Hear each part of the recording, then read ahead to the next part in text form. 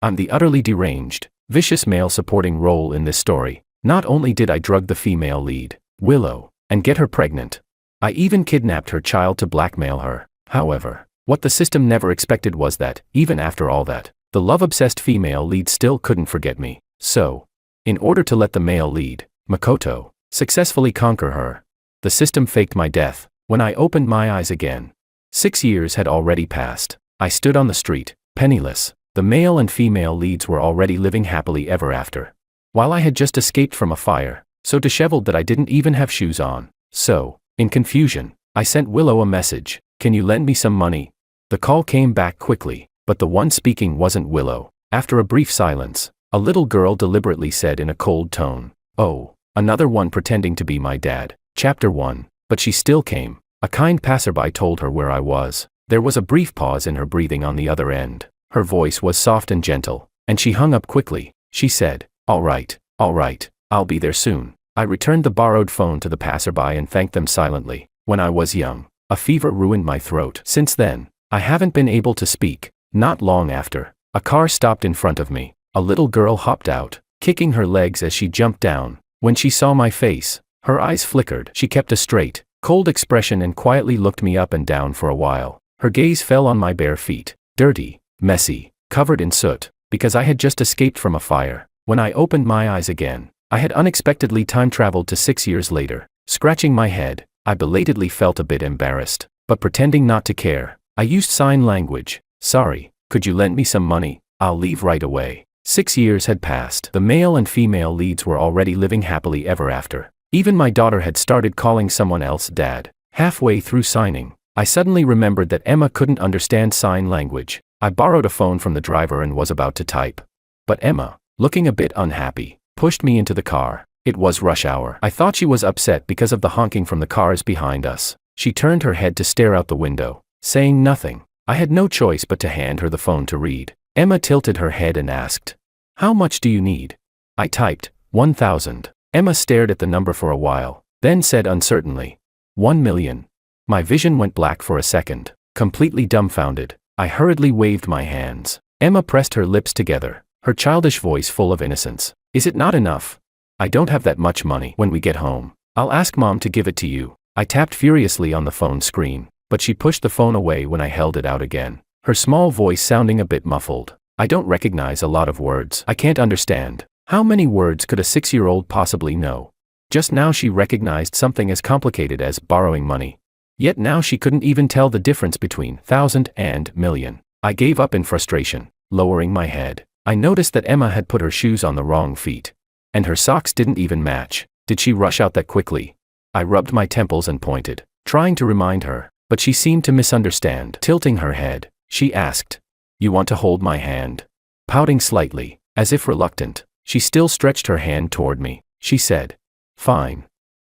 I'll let you hold it for a little while." Chapter 2. Willow Lu was like this when she was little too. Back then, I stayed with the Lu family. At first, no one thought much of me, the mute kid. Willow had been kidnapped as a child, and both her parents died in that incident. Old Master Lu, worried about her safety and possible trauma, allowed her to choose a companion in a city, among a group of noisy children her age. Willow chose me, the quiet, dull one. Only later did I find out that she picked me because I was the most silent and unobtrusive. One stormy night, after I had been living in the Lu household for some time, the thunder woke me up. Then I heard a knock on the door. When I opened it, Willow stood there hugging her blanket, pouting as she said, "Are you afraid of thunder?" I was completely dumbfounded and was just about to shake my head. But she grabbed my arm and said, in an awkward tone, "Fine. I'll keep you company tonight." So Tsundere. Clearly, she was the one who was afraid of thunder. People who crave love often struggle to receive it. Just like me, I longed for parental affection as a child, yet never once received any special love. So Willow, who never truly belonged to me, was always destined to leave me. 6 years ago, before that fire happened, the male lead, Makoto, showed me the future between him and Willow. It turned out that I was the vicious male supporting role, someone who tried to seize the Lu family's fortune, tricked the female lead into sleeping with me, and betrayed her sincere feelings. In that future, I died in a fire. After my death, the male lead saved and healed the female lead. And years later, they lived happily ever after. After seeing it, I felt a little lost. So, in someone else's story, I was that terrible. Later, I really did get trapped in a fire. I only had time to pass my daughter through a narrow gap before the flames swallowed everything and trapped me inside, after choking on thick smoke. When I opened my eyes again, I was already here. 6 years later. I'm mute. I can't say kind words, nor harsh ones. I can't even win an argument. If I hadn't truly run out of options, with only Willow's phone number left in my mind, we probably would never have met again. But now, I regret it a little. I never planned to see Willow again. In my imagination, she would slap me and tell me to get lost. After all, in her eyes, this would count as me getting what I deserved. But things seemed to have gone off track. I suddenly felt extremely uneasy, like sitting on pins and needles. I wanted to say I didn't need the money anymore. I wanted to get out of the car. But Emma pushed the phone away, saying she couldn't understand. The driver remained focused on the road ahead, so all I could do was watch helplessly as the car drove into the Liu family's underground garage. Chapter 3. To my relief, Willow wasn't home. The driver explained that she had gone abroad that morning and wouldn't be back until next week. My phone had been accidentally smashed during the fire after transferring the SIM card into a new phone and turning it on. A flood of messages poured in all at once, so many that the screen lagged for a moment. I was startled. A notification from the carrier showed that a huge amount of credit had been added to my number. As for the missed calls and unread messages, most of them came from the same familiar number. Frowning, I tapped it open and scrolled down from the top. It read, "George, you sleep with me and then run away. If you don't come out soon, I'm going to get mad." Judging by the timing, this should have been during the months when I was captured by the Wong family and locked in an underground prison. Back then, my phone had been confiscated, and I had completely lost contact with everyone. I kept scrolling. Willow had written, "When I needed you the most, you weren't by my side. George, your mother took Emma away. Where are you? She said she'd trade Emma for shares of the Liu family." I agreed. "They all said you were dead." I didn't believe it. "I miss you. The child misses you too. What will it take for you to show up again? Someone pretended to be you today and scammed Emma out of 200. Idiot. If you don't show up soon, your daughter's going to get tricked away." The last message was from 2 years ago. She wrote, "If you see this, call me." After that, there was nothing. I thought, this must have been when the male lead successfully saved Willow, so she finally gave up on sending me messages. I lowered my head. My chest felt tight, almost suffocating.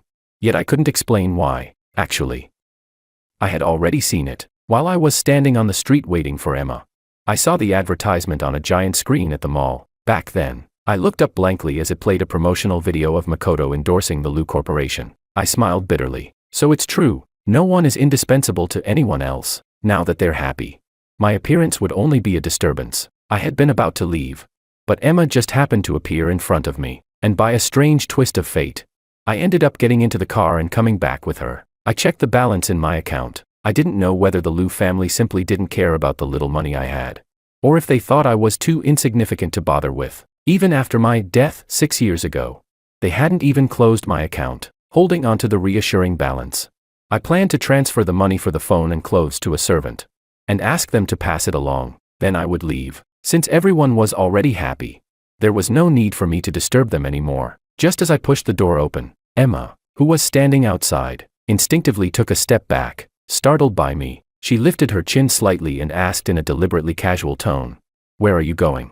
While I was in the room earlier, I had already downloaded a translator. I typed on it and played the voice aloud. "Thank you, I'm leaving." Time is a strange thing. Just a few hours ago, she was still a crying baby. And now she could already run and jump. Her eyes widened slightly, then suddenly turned red. She grabbed my hand nervously, panicking as she shouted, "No, you still owe me money, you can't leave." All her earlier cold pretense was gone. I crouched down to meet her eyes, very gently, very carefully. I stroked her soft hair. I had seen that future. In that future, everyone was happy. Emma would have a good father. She would grow up safe and joyful. There would be no calculating grandfather, and no irresponsible, heartless father like me. I pressed the play button, and a calm, mechanical voice echoed through the hallway. "I'll transfer the money for the phone to you." Emma glared at me, stubbornly clutching my hand and refusing to let go. She cried so hard she could barely catch her breath, shaking her head as she said, "That's not it. You messaged me and asked me to transfer you 200. That day after school, I secretly ran out and waited for you on the bridge for a long time. You lied to me. You didn't come." Her somewhat jumbled words reminded me of what Willow had mentioned in her messages. Someone had impersonated me and scammed Emma out of 200. My eyes stung a little. I reached out and wiped the tears from Emma's soft cheeks. If Makoto came back and saw this, it wouldn't be good. To Emma, Makoto wasn't just a father, he was also her future support. There mustn't be any rift because of me. I didn't want him to look at Emma with nothing but annoyance and discomfort in the future because of my existence.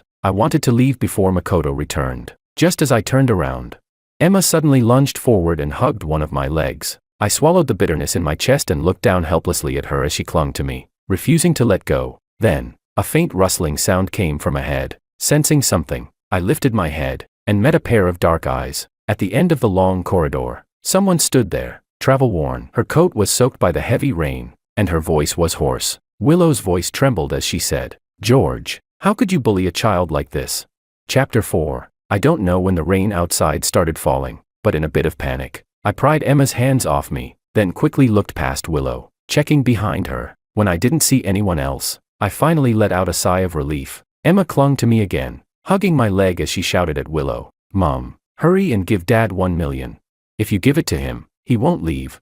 I was completely confused. Meeting Willow's slightly furrowed brows, I quickly raised my hands and signed in defense. "No, I originally just wanted to borrow 1,000. Emma doesn't understand sign language, and she can't read well. She got it wrong." My hands moved rapidly, afraid she might misunderstand. Willow clearly understood. She pressed her lips together, but still couldn't help letting out a soft laugh. With an ambiguous tone, she said, "Emma doesn't understand sign language." I noticed the small hand gripping my pant leg suddenly tighten, but Willow quickly brushed the topic aside and told Emma to stop making a fuss and go back to her room. Emma glared at her angrily. "Why should I? I was the one who brought Dad back. And Dad texted and called me. He came back because of me." Even while arguing, she didn't forget to show off. Willow lowered her eyes and looked at her for a moment, then rolled her eyes and said, "If you hadn't secretly swapped my SIM card again, would it even have been your turn to pick him up?" She tried to pull Emma away but couldn't. Willow let out a cold snort and said, "Fine then. Ask your dad yourself if he wants you to go back to your room." The next second, both of their gazes landed on me at the same time. My scalp tingled. I instinctively looked away. After a brief hesitation, I signed, "Maybe I should just leave." Willow turned her head and, with a completely straight face, made something up to Emma. "See, he says it's late now, and you should go back to your room and sleep." Emma puffed up in anger. "You're lying, obviously." Willow bent down, raised a finger, and gently shook it to interrupt her. "If you can't understand sign language, then don't make wild guesses." Hearing this, Emma fell silent instantly. She pouted, looking at me with grievance in her eyes, but in the end, she didn't say anything. As if noticing her reluctance, Willow leaned closer to me and whispered, "That little girl won't give up easily. Wait here for me, okay?" Then she pulled Emma away, crouched down in front of her, and seemed to say something softly. Emma immediately quieted down. She hesitated, secretly glanced at me, and then obediently let Willow lead her away. The surroundings fell silent. Coming back to my senses, I heard the sound of rain from the half-open floor-to-ceiling window in the study. The wind was strong, blowing the sheer curtains outward, and even the papers on the desk fluttered noisily. Worried that the rain might mess up and soak the documents, I walked over and closed the window. But as I turned around, I accidentally knocked a book off the shelf. From inside the title page, a worn 10-yuan bill with a torn corner slipped out. Chapter 5. When I saw that familiar 10-yuan bill, I froze. It felt as if I had been pulled back into that summer once again. Back then, Willow was no longer as cold toward me as she had been when we first met. At some point, without me knowing, she had learned sign language behind my back. I could still clearly remember the first time she awkwardly gestured to me in sign language, telling me she understood. Her expression was still distant and aloof, yet she stubbornly said, "It wastes too much of my time to wait for you to write everything down for me." I looked into her eyes, just about to thank her, but the door was suddenly pushed open. Someone said, "Willow walks around with that cold face all day. Who is she trying to put on an act for? Ain't nobody with no parents, if she weren't the Liu family's heiress. Do you think I'd bother sucking up to her?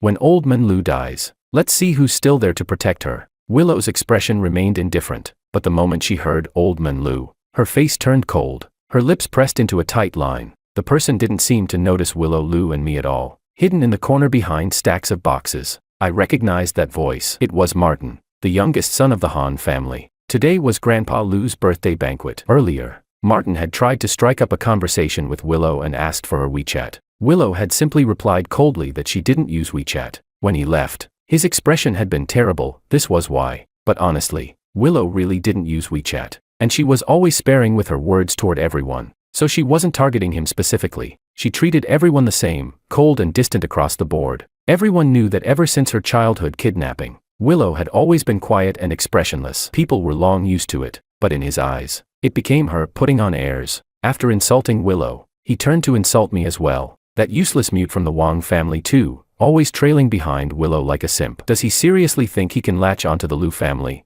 Completely worthless as the main account, no wonder his dad's already training a backup. Pathetic. An abandoned kid no one wants, not even as good as an illegitimate child. I felt Willow lift her gaze, her eyes resting on my face for a brief moment. I turned my head slightly, inexplicably tense, my jaw clenched. The people around Martin calmed him down for a bit and began offering him ideas, like splashing wine on Willow later, or mixing mustard into my drink to make me embarrass myself in public, things like that. After Martin finally vented his anger and left, Willow slowly stepped out from the shadows in the corner. Then she turned and walked into the kitchen. She rummaged around, looking dissatisfied. For some reason, I just knew she was looking for mustard. I stepped past her and found a handful of chili peppers in a corner of the prep area. Then I gestured to her. There's no mustard. These peppers are very spicy. Chili water, would that work? Willow's eyes lit up instantly. She reached out, took the peppers, and lightly said, "Mm." She called over 2 attendants, whispered a few instructions, then pulled me along to the second floor railing. That was probably the liveliest moment of the night. While toasting with his elders, Martin suddenly spat everything out with a puff, even knocking over the champagne tower beside him and drenching himself in alcohol. The elders of the Martin family lost face, apologizing profusely while scolding him harshly in public. At the peak of his humiliation, Martin seemed to sense something and looked up, finally spotting us watching from the second floor railing. Willow tilted her head slightly, raised an eyebrow, and casually shook the chili peppers in her hand, mouthing each word slowly. She said, "This is what doing whatever you want really looks like." Naturally, such petty squabbles among the younger generation couldn't escape Grandpa Lu's notice. Willow could afford to be willful, but I couldn't. Chapter 6. Perhaps having received instructions from Grandpa Lu, my father, who had always disliked me, unexpectedly told me to go back to the Wong family with him today. Seeing that the birthday banquet was about to end, I hesitated for a moment before apologizing to Willow. "Sorry. I might not be able to come keep you company anymore." My father's expression had looked terrible just now. I figured Grandpa Lu had probably sent me back home. Willow clearly understood all the hidden implications behind it. She put her hands on her hips and said like a little adult, "If you don't want to go back, then don't. No one here can make you leave." Seeing that I was still dejected, she pulled me into the surveillance room and showed me the footage from the kitchen and the hallway. That was when I realized that the parts of the surveillance recording where we had secretly done something mischievous earlier had already been replaced. She copied the footage of Martin cursing and plotting onto a USB drive and handed it to me, saying, "If he ever messes with you again, just throw this in his face." Her eyes shifted slightly as she thought of something. Then she added, "Stay with me until 10 later. Believe it or not, even if the Wong family's car leaves, no one will dare come and drive you away tonight." Willow stayed with me on the rooftop, feeding mosquitoes until 10. I watched as the Wong family's car really did leave. Before my father left, there was even a hint of approval in the way he looked at me. I felt deeply grateful to Willow. It felt like something between us had changed. Even if helping me had only been a casual act for her, she still stayed with me on the rooftop, feeding mosquitoes together. That was something only friends would do. So I gestured with my hands and couldn't help asking, "Are we friends now?" She replied, "No." So it was really that hard to become Willow's friend. I felt a little regretful, but not too upset. After all, Willow had always been cold and difficult to please. If it didn't work this time, I would just try harder next time. But the next moment, I heard Willow blink and say, "It's a closer, unbreakable accomplice relationship." My eyes widened slightly as I stared at her blankly. Somehow, I felt that the kind of relationship she was talking about sounded even more important than ordinary friendships. Suddenly, she asked, "Do you have any money on you?" I rummaged around for a long time and finally found only a crumpled 10 yuan bill with a torn corner. Willow briskly snatched it from my hand. Her shadow, cast by the moonlight, leaned toward me. She curved her brows slightly and said, "Then now, I owe you 10 yuans. You're my creditor. So no matter what trouble you run into in the future, you can come collect the debt from me. Don't you dare feel embarrassed. Got it?" Seeing that I was distracted, Willow grabbed my ear in annoyance and repeated herself, "Did you remember that?" I nodded hurriedly and promised her, "Don't worry, I'll never forget this for the rest of my life." Later, perhaps because she had given me similar reminders a few more times like tonight, when I ran into trouble again, I didn't have to pretend to be strong or endure everything alone. Instead, I would take the initiative to confide in her. So much so that when I was trapped in a raging fire, and the moment I opened my eyes again only to find that I had time-traveled 6 years into the future, Standing on a bustling street, looking at a world that had become unfamiliar, my mind went blank, and all that remained inside me was fear. Even so, I didn't think of anyone else, not my parents, nor my friends. Instead, I instinctively borrowed a phone from a passerby. Then I sent Willow a message. "I'm George." Immediately after, I pressed send on the second sentence without hesitation. "Can you lend me some money?" Chapter 7. I picked up the 10 yuan bill that had fallen out of the book. The creases on it had long been flattened by the pages, leaving only the same missing corner as before. I never expected that Willow would still keep it. At that moment, the study door behind me was pushed open. I turned around and saw Willow. It hadn't even been 2 minutes since she had taken Emma back to her room. Her gaze fell on the 10 yuan bill in my hand, and she asked, "So, are you here to collect your debt from me now?" I didn't follow her lead. Instead, I asked, "Is my household registration still active?" Willow said, "Yes." "Back then, your father wanted to cancel it, but I stopped him and had it changed to missing instead." I let out a sigh of relief. That was good. At least I wasn't undocumented now. I could still find a job. Otherwise, no matter how much savings I had, it would eventually run out. So I solemnly raised the 10 yuan bill and gestured, "I want to collect the debt." Willow stared at me without blinking, waiting for me to make my request. I gestured, "Give me an umbrella." The rain outside was heavy. With that same 10 yuans from back then, I chose to exchange it for an umbrella. She asked, "That's all you want?" I nodded. That was all. I carefully folded the 10 yuan bill, intending to put it back into my pocket. This should be the last time I would ever use this bill. I remembered how I felt back then. Standing beneath the giant screen and looking up at that advertisement, it was like gazing at a beautiful dream that could never be reached. If everyone could be happy, that would be nice. From now on, there would be no more malicious male supporting characters coming to disturb anything. Taking back this old bill meant that Willow and I would be even from now on. But before I could react, Willow quickly snatched the 10 yuan bill from my hand and tucked it back into the book. I froze. I gestured, "Why are you taking my money?" Willow lifted her eyelids slightly to glance at me, speaking as if it were perfectly natural. "I owe you money. You asked me to repay you with an umbrella. So this 10 yuans is mine now." "George, wouldn't it be a bit greedy if you took both?"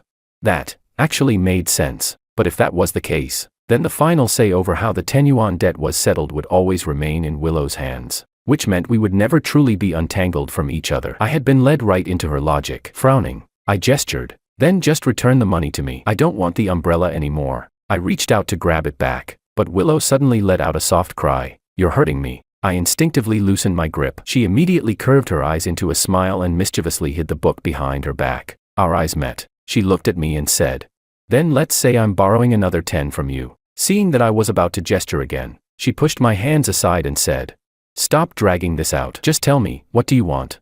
She added, "Anything is fine, even me." She leaned closer, her tone alluring and almost hypnotic. I understood what she was implying. I pushed her away in one motion, quite annoyed by her unreasonable behavior. 6 years had passed. Willow seemed to have changed. She used to be willful, but never this frivolous. Instead of enjoying a good life with the male lead, she had somehow developed such improper thoughts. I shot her a reproachful glance and refused without hesitation. "No." Willow paused at that, her expression unreadable, though there was a trace of grievance in her voice as she said, "All right." She was actually feeling wronged. Chapter 8. I felt both helpless and a little saddened, thinking that Willow, 6 years later, had turned out like this. Not only had she gone astray, she was even deceiving a child. I pinched the bridge of my nose and gestured. "Why did you deliberately mistranslate my sign language to trick Emma just now?" Back then, I said I was leaving, but she told Emma that I had asked her to go back to her room and sleep. If Emma woke up the next day, saw the empty room, and realized she had been lied to, wouldn't she be upset? She said, "Mistranslate?" Willow let out a soft laugh, her tone carrying an ambiguous meaning. "You don't actually think Emma can't understand sign language, do you?" Her question caught me off guard. For some reason, I recalled Emma's tense and strange reaction in the hallway. Willow shook her finger and said, "At an age when she could barely even speak clearly, she was already hugging sign language books to sleep, relying on others not understanding, using sign language to mock other kids when she had conflicts in kindergarten, and even getting her parents called in because of it. And you think she doesn't understand sign language?" I froze. So when Emma came to find me and got upset, it wasn't because of the impatient honking from the traffic jam. It was because she understood that I said I would be leaving soon, and that's why she got angry. But something still felt off, whether it was Willow's tone when she spoke, or Emma's eagerness to get close to me. Everything felt strange. Could it be that, 6 years later, the The male and female leads were only maintaining appearances, their relationship already broken. After all, it was so late, and Makoto still hadn't returned. I frowned and decided to test it. I gestured.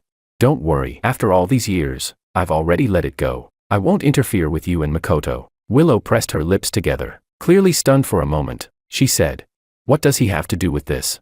But she quickly reacted, as if finally understanding my earlier attempts to avoid her. Her eyes widened as she said, "Don't tell me you think there's something going on between me and Makoto." Willow pulled her bag over and took out a watch from inside. She hadn't had the chance to switch back her phone card yet. That was Emma's phone watch. She said, "You said you've let it go. Fine." She pulled up a message and held it in front of me. She said, "If you really don't like me anymore, if you really don't care anymore, then why did you send me a message like this?" On the narrow screen, a familiar line of text appeared, flickering faintly under the light. My breathing stopped. No one could be more familiar with that message than me. The message I failed to send 6 years ago, in the middle of that raging fire. She had received it now. Chapter 9. Perhaps no one would ever know that Emma's birth originated from a scheme. At that time, Willow had already started her internship at the Lu Corporation, while I had joined a law firm to work in translation and certification. We were both busy with our own lives, but my mother always tried to matchmake Willow and me, perhaps afraid we would grow distant. She insisted on making soup and having me deliver it to Willow. Helpless, I accepted and followed the assistant to knock on the door of Willow's hotel room. Willow had always been cold and distant, keeping everyone at arm's length, except for me, whom she never guarded against. So neither of us ever suspected that there might be something wrong with the soup in the thermos. By the time we realized something was off, it was already too late. Willow's body grew hot, her throat dry, and she kept drinking water uncontrollably. And when I saw the flush on her face, my gaze stuck to her lips and tongue, unable to move away. The next second, she threw herself into my arms, biting her lip as she asked, "George, who gave you the soup? Did anyone touch it along the way?" I suddenly understood something, and a wave of shame and guilt washed over me. My mother had handed me the soup personally. I had not let anyone else handle it along the way. I had never imagined she would use such a method to scheme against Willow. I pushed Willow away and struggled to stand up, grabbing all the ice water from the fridge, trying to cool myself down. Then I gestured. I'll go get a doctor for you." I had drunk even more than Willow, yet I instinctively felt that in a situation like this, it would be better for us to separate. As I walked toward the door, my hands trembling while typing a message, Willow grabbed me, snatched the phone from my hand, and threw it aside, as if enduring something. She let out a soft breath and asked, "Do you really have to go?" I don't know who made the first move. I only remember that at some point, a phone call came in. Willow clung to me and wouldn't let me leave, so I ignored it, and the phone never rang again. When we regained a bit of clarity, Willow seemed to remember that I still had certification work to do that afternoon. She asked, "Did this delay you?" I shook my head and gestured. "Someone else will handle it. It's not delayed." Then I picked her up and carried her away from the damp floor-to-ceiling window into the bathroom. I looked at her, the one outside the mirror, and the one reflected inside it. Suddenly, I asked in sign language, "Who am I?" At that time, I had already learned from Makoto about the future of the so-called male and female leads. I hadn't fully believed it, because I knew I was not the kind of despicable person who would ruin someone's entire family. But I was afraid Willow wasn't in a clear state of mind now, and that she might regret it after waking up. Willow didn't answer. I let out a breath, feeling both annoyed and disappointed. But in the next moment, someone hooked their arms around my neck. Her kiss followed. Willow said, "George, I wouldn't do this with someone I don't like." When I woke up again, the room was pitch black, with faint thunder rumbling outside. At some point, it had started to rain. Half of Willow's face was hidden under the blanket. Even in her sleep, she seemed aware of the thunder she disliked. Her brows were tightly furrowed, and she slept restlessly. I pulled her into my arms, covering her ears. Only after she calmed down did I get out of bed to drink some water. There was a sound outside the door. Someone seemed to be trying to unlock the suite. I quietly moved closer and heard muffled, indistinct arguing from outside. Someone said, "How could you take the wrong room card? Idiot." Madame Song said that as long as we get photos of them in bed, the Lu family won't dare refuse. "Forget it. I'll go with you, otherwise you'll mess it up again." My mother's surname was Song. I stood frozen in place, as if plunged into an ice cellar. My fingers clenched around the glass so tightly they turned pale, and in that moment, I suddenly understood my mother's intention. Chapter 10. My mother drugged the soup to gain leverage. She wanted to create a scandal, force Willow Lu to marry me, and completely bind herself to the Lu family. Only then could she regain control and power. The effects of the drug hadn't fully worn off for Willow. I quickly grabbed my phone, sending a message to the assistant as I rushed out. Fortunately, We managed to intercept those two people in the stairwell. They said there were already a large number of reporters gathered outside the hotel. They had only snuck up early to seize the opportunity, to avoid being photographed together with Willow. I left in a hurry, but I ran straight into my mother in the underground parking garage. The moment she saw me, her expression turned cold, and she strode toward me. The next second, slap. Her hand struck my face. She snapped. "Who told you to come down here? Do you even know how much I've sacrificed for today? Do you know who I did all this for?" I didn't know, and I didn't want to know. I only wanted to protect the one person who had ever been kind to me. My head snapped to the side from the blow as she, furious, ordered the bodyguards to drag me into the elevator. I lowered my head and typed on my phone, shoving it in front of her. "It's too late, by now. Assistant Lee should already be outside with people guarding the door. There would be no more opportunities for her." She let out a bitter laugh, as if disappointed in me, and said, "Do you know Grandpa Lou has been looking for a marriage alliance for Willow lately? In terms of family background or ability, which one of them isn't better than you? If it weren't for Willow, you wouldn't stand a chance in the Wong family. This was your only opportunity. You could have become the heir of the Wong Corporation, but you're just too stupid. Don't blame me for not helping you in the future." I looked at her calmly, feeling only sorrow. I deleted the words on my notes and typed a new sentence. "You're doing this for yourself." I knew my mother had always hated me. She hated my father for his constant infidelity, hated his mistress, hated the illegitimate child he brought home, and hated me, the burden she couldn't get rid of. But she didn't dare take it out on my father. Instead, she vented all her anger on the person who should have been closest to her. Just like that year when I had a fever and knocked on her door, she said that just seeing my face made her sick, and locked me inside my bedroom. By the time the servants found me the next day, I was already unconscious from the fever. When I woke up, I could no longer speak. She felt no guilt. Instead, because I became mute and was treated as an abandoned child by the Wong family, which in turn made her even less favored by my father, she grew resentful toward me. So there was no need to talk about helping me. It was just an excuse. Seeing that I had exposed her thoughts, her hand rose high again, but the slap never came down. She forced herself to hold back her anger and had the bodyguards drag me into the car. I was locked up. My phone was confiscated. She said I needed to reflect here. I thought this farce would end there, but Willow became pregnant. Seeing the almost frenzied look in my mother's eyes, I panicked. I wanted to see Willow. I tried to escape. I even tried to steal a phone to contact the outside world, but the place was too remote, and there were too many guards. I couldn't fight them all. Every attempt ended in failure. The closest I ever got was when I managed to grab a phone and unlock it, but I couldn't send anything. Behind me came a rustling sound. The door opened. My mother stood there with several of her men, smiling as she said, "This place is equipped with dozens of signal jammers. Go ahead and take the phone, you won't be able to send anything anyway." As she spoke, she clapped her hands. Aunt Zhang walked in, holding Emma in her arms. My mother smiled and said, "It took me quite some effort to bring her here. George, take a guess, who is she?"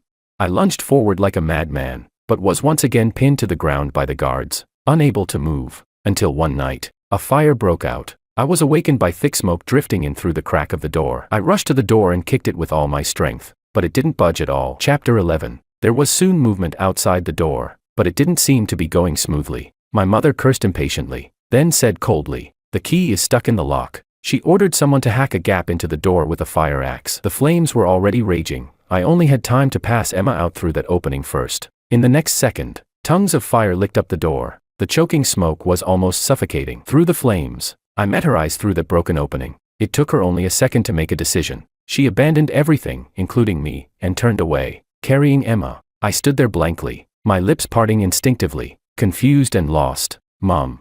But no sound came out. She saw it, but her steps only paused for a brief moment before she walked away without looking back. I retreated into the bathroom. All the windows here were sealed with iron bars. I stretched my phone out beyond the bars, trying to catch a signal. Under the signal jammers, even emergency messages couldn't be sent. At that moment, I thought of the future Makoto had once shown me, and I realized, absurdly, that even if fate deviates at times, it ultimately returns to its original path. This time, I might really die. I gave up on futile attempts to call for help. In the final moments of my life, I opened Willow's chat window and typed a long message. I started from the day I left, writing that my sudden disappearance hadn't been intentional. I wrote about how moved I was when I learned she had secretly learned sign language for me, and shamelessly, I wrote that I liked her, again and again. I copied and tried to send the message, praying that the signal jammers would be destroyed by the fire first, hoping for a different result amid countless failed attempts. But my persistence received no answer from fate. I knew that even without me, Willow's future would still be bright and beautiful. Before I lost consciousness,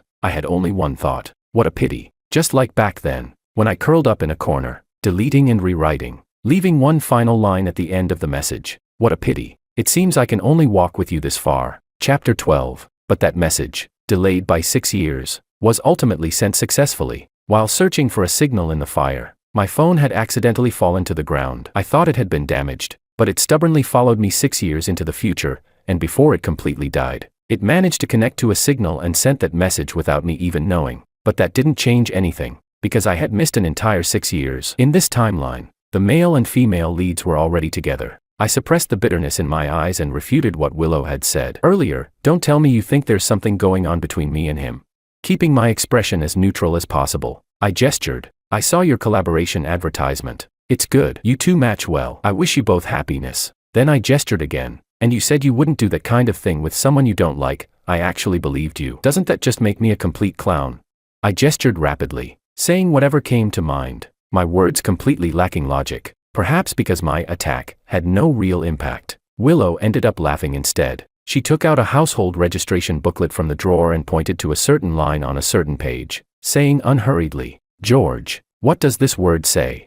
I focused my gaze. There it was, bold and clear, unmarried. I fell silent, completely speechless. Only then did I belatedly recall everything I had just done. I really had made myself look like a clown. Seeing her tilt her head and raise her eyes as if she was about to say something, I quickly grabbed her mouth. Stop. She was definitely about to make fun of me again. She had always been like this. Sure enough, Willow rolled her eyes. Knowing I didn't want to hear it, she took out her phone, typed something, and pushed it in front of me. On the screen, it read, "Can you not leave? Emma has always hoped that one day you would take her to school. She misses you a lot." Willow had always said the opposite of what she meant. Just like that day when it thundered, she was clearly the one who was scared. Yet she insisted on saying it was me who was afraid. After all these years of knowing Willow, I had become quite good at translating Willow language. What she was really saying to me was, "Can you not leave? I really miss you." I was still looking at the words she had typed when she suddenly stood on tiptoe and covered my ears, saying something softly. So I said, "All right, since you miss me that much, I'll stay for one night." Chapter 13. The next day, I took Emma to school. When she saw me after waking up, she was overjoyed and threw herself into my arms, her eyes sparkling as she said, "Mommy really didn't lie to me."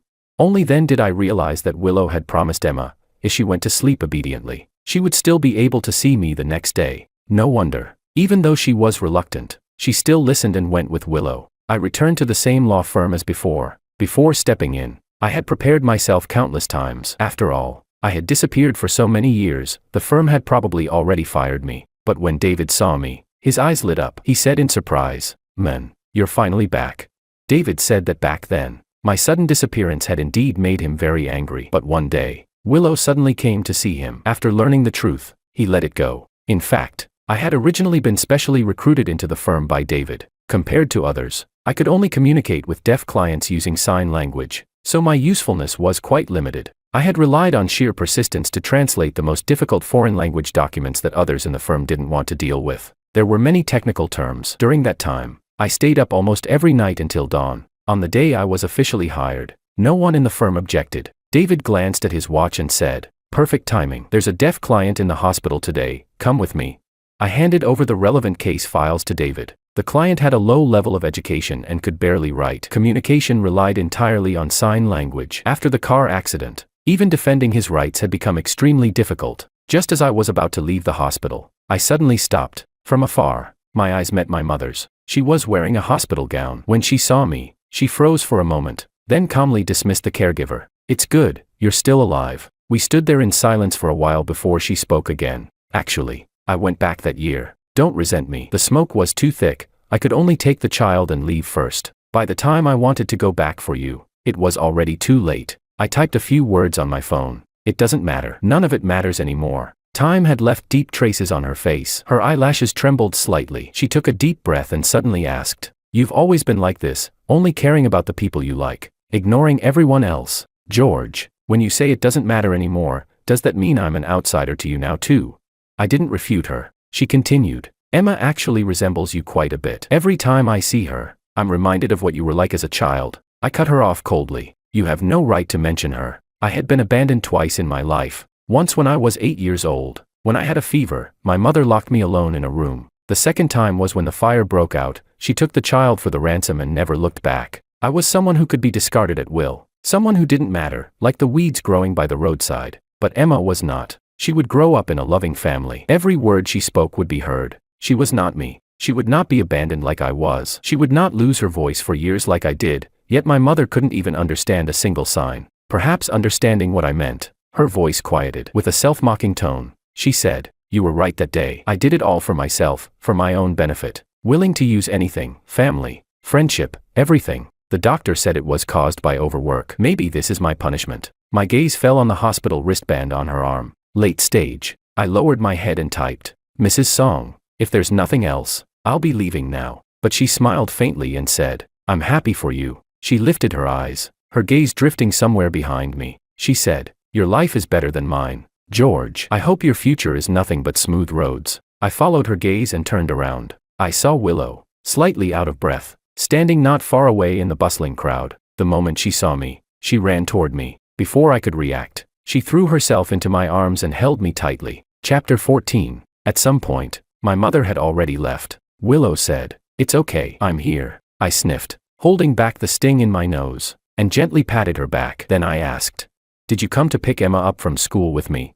Willow paused, but instead of answering directly, she said, "Makoto filmed that Lu Corporation advertisement because..." I interrupted her with a gesture. "I know. Actually, Makoto had already called me earlier that day. He was now a household name Best Actor. He told me that I should have died in that fire 6 years ago. It was because Willow paid a certain price to break free from the system that I was able to appear here. As for filming the advertisement, it was because he had helped Willow with something back then, and that was the compensation he asked for." At the end, he lowered his voice and asked me, "George, can I hang up now? I've got a date. I've already kept my girlfriend waiting too long." "So what was the price?"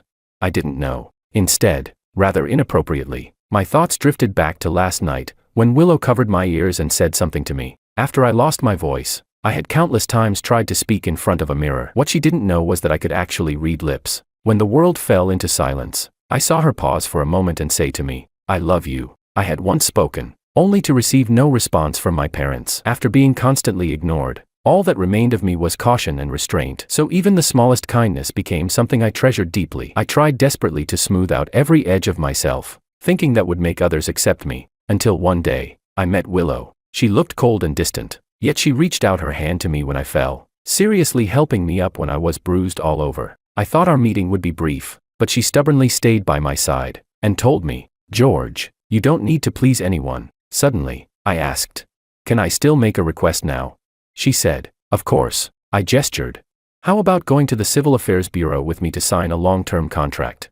She couldn't help but laugh. Then she said, "Sure, but long-term isn't enough. It has to be for a lifetime." Looking at the curve of her smiling eyes, I was reminded of that summer night when Willow stayed with me on the rooftop, feeding mosquitoes. Back then, as I watched the Wong family's car drive away, I couldn't help but ask, "Are we friends now?"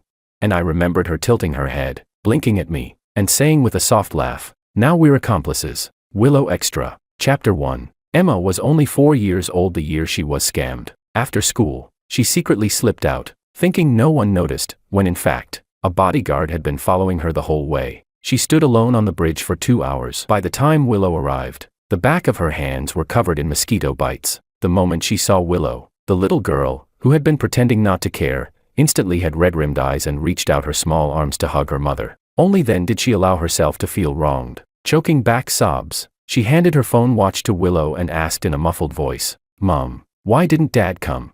The device recorded everything: how Emma had answered a scam call, how she was tricked into adding a contact, transferring money, and then being blocked. She had been deceived from the very beginning. Willow knew that. But if she hadn't been allowed to come, Emma would never have let it go. Willow knew that too. Lowering her gaze, Willow gently touched her daughter's slightly cold cheeks. Chilled by the wind, Willow said, "He was pretending." Emma frowned, pushing her hand away, and seriously argued, "It was real." So Willow patiently asked, "Did he say his name?